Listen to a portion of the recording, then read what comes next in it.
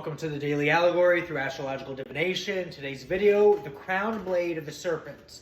Today we're going to dive into the view of a girl named Hannah and her misuse of her inner zayin through communication abilities, leading to a brutal ace of swords. The stars decree, the covenant demands. In whispers we govern, through the elements we obscure. In static we command, in nightmares we pursue. We are earth and air, we are fire and water. We are the remembered, we are the returned. We are the whispers, in silence we thrive. Now, Hannah was born under a strange astrological configuration, but she did not know it at first. In her creative youth, she experienced a frenetic mental energy and was compelled to passionately debate her ideas. Later in life, she used these skills to organize a powerful and influential movement. This movement was initially respected, but later revealed to be founded on a corrupt, hidden spiritual practice.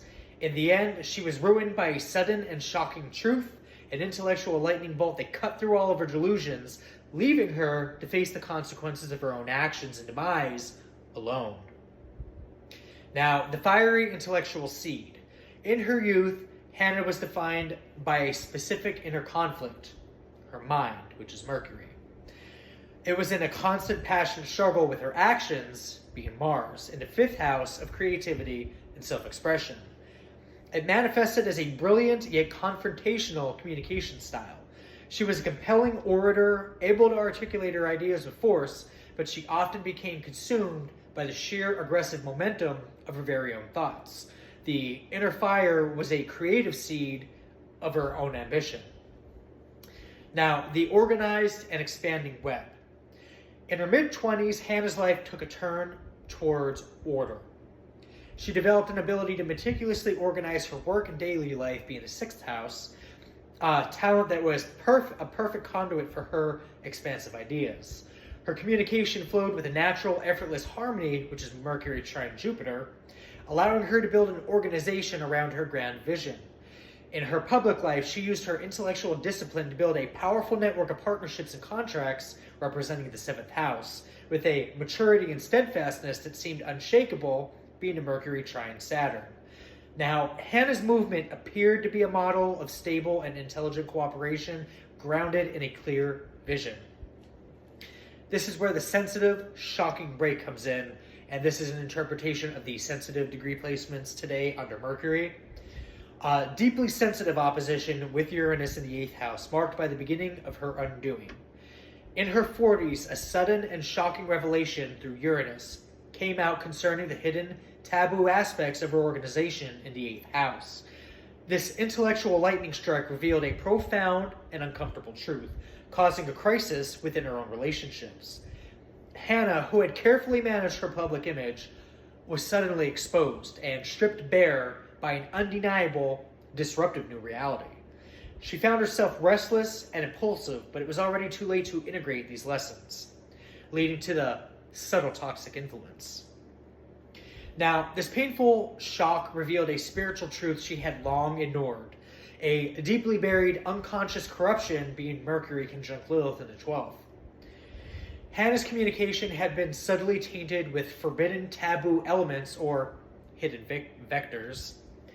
As the truth began to unravel her life, the last threads of her delusion came from her imagination. Creative insight. This is the Mercury trine Neptune in the 9th house.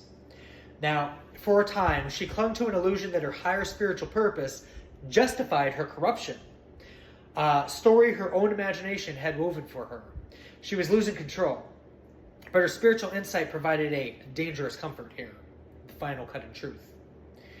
It all came to a head when her influence in public sphere, being the 10th house, was completely transformed. A penetrating clarity, being Mercury sextile Pluto, revealed the deeper, most potent aspects of her power-hungry manipulation. Her once persuasive communication became a tool for incisive, brutal self-destruction.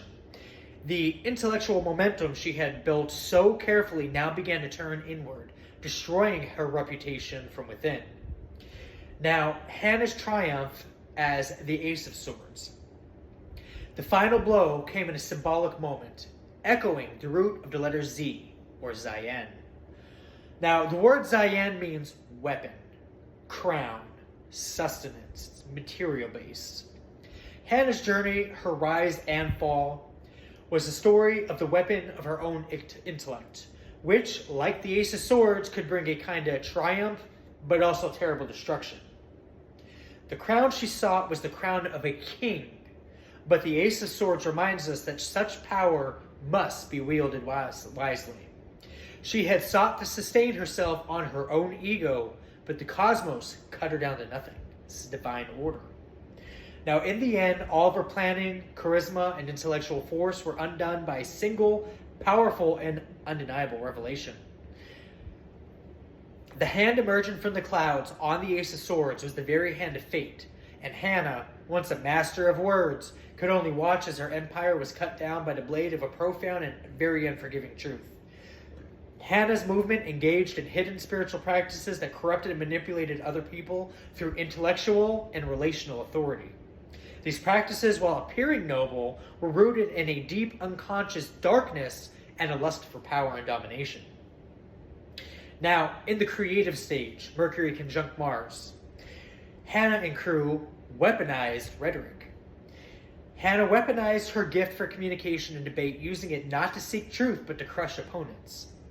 Her oratory was laced with subtle, aggressive commands that subtly wore down the free will of her followers and her enemies.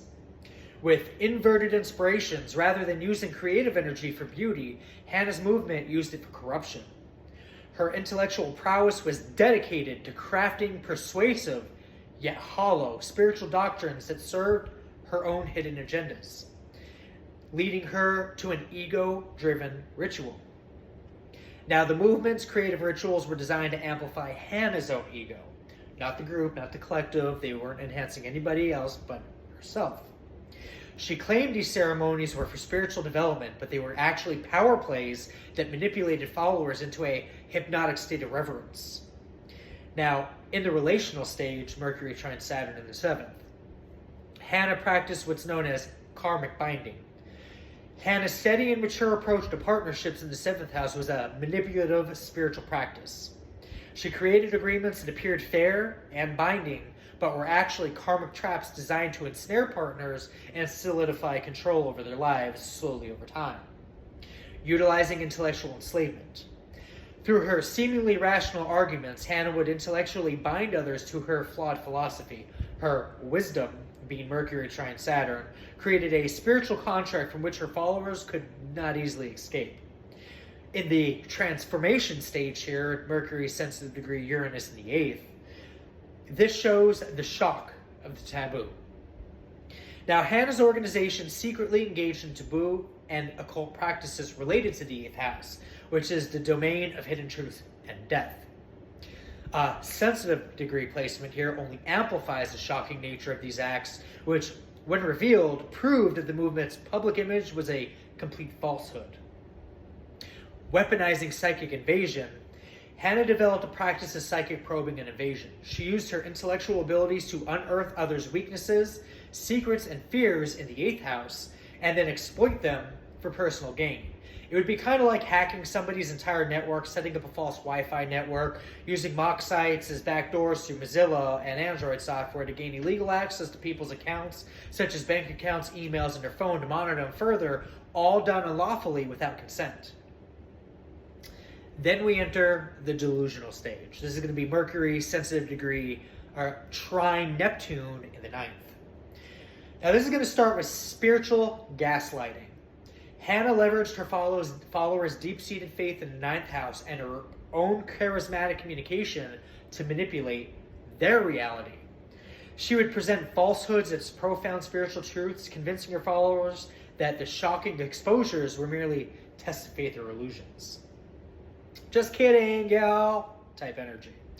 Creating inverted transcendence. Now, Hannah's teachings twisted the search for enlightenment, promising a path to higher wisdom in the 9th house, that instead led her followers into a state of spiritual paralysis, if you will. Their devotion to the cult created a kind of psychological prison, binding them to the very reality that was created and fabricated. It's like targeting an individual someone's trying to murder for profit or fraudulent policies and gaining help and support from entire communities to help you target this person, leaving out the part that you're just trying to get rid of them to divert attention, conspire to commit theft, and validate any fraudulent claims while setting them up for any crimes that they might have had committed in hopes that this person is successfully isolated and can take all of that blame to the grave with them. This is where the unraveling begins. Mercury sextile Pluto in the 10th. While embodying the glare of corruption, as Hannah's reputation is publicly unraveled, the occult manipulation comes into sharp focus. Her once persuasive rhetoric was now seen as a tool of power-hungry manipulator, an incisive weapon that has been used to control and destroy, leading to the exposure of Plutonian secrets, especially when you try to use Pluto against somebody who wields you Pluto. It's never a good choice. Now, the scandal revealed the deeper, more transformative and destructive aspects of her hidden practices. The sextile aspect meant that Hannah's intellectual gifts in Mercury were used to create powerful secretive systems of control through Pluto in her public career in the 10th house. What are you doing, Arlo? Leading us to the final act, Mercury conjunct Lilith in the 12th. With secret manipulation, the ultimate source of the corruption was a deep-seated spiritual pathology represented by Mercury conjunct Lilith in the 12th. Hannah's communication was rooted in an untamed, rejected aspect of herself. The inner rebel, the shadow self, which is the Lilith. With spiritual vampiricism in extreme isolation, Hannah practiced a form of spiritual vampiricism using her keen intuition to prey on the unconscious energies of other people. This enabled her to project a captivating image while inwardly decaying. Now, other examples of taboo occult practices associated with the 8th house beyond the specific activities of Hannah's movements include rituals dealing with death, inherited power, shared financial resources, and intense sexual bonds, which is usually, like sex cults. Well, just don't be giving everybody syphilis. That'd be gross. We clean over here on this side. Go for blood work any day to prove that. I don't give a shit what anybody, what kind of narrative anybody tries to run about me. Don't blame me for your gross doings. Now, all of which are weaponized and engineered to maintain control and to deceive large groups of people as to avert attention being placed upon them. Now, I have the number 10 with Mercury as the 10th angel of the Shemham Farash, Eladia. Now, according to traditional texts, the 10th angel is Eladia, and his attributes are quite different from the associations mentioned in user prompts, Google searches, and stuff of that nature. His purpose is to heal from past errors and to bestow mercy. The biblical verse he's associated with is Psalms 33:22. Let thy mercy, O Lord, be upon us, according as we hope in thee. Now, through a Hermetic Kabbalah interpretation, Mercury in the Hermetic Kabbalah is the 10th Sephirah. Malkuth, associated with the final path of Shemham Farash angels, it is often linked with Mercury. The Ace of Swords here in the Golden Dawn system, the Tarot suit of swords is associated with the element of air, and the Sephirah, Yesod, or Hod, not the 10th angel directly, but the Ace of Swords in particularly represents the root of air and the divine inspiration of intellect, which aligns with the Hermetic correspondence, but is not a traditional pairing for the 10th angel. But it is directly correlated to the divine truth, which directly links Mercury as the vocal planet of the cosmos, with the Ace of Swords bringing in clarity, divine force, and truth. That's all I have for you guys today. Hopefully you found it entertaining. I'll see you in the next one.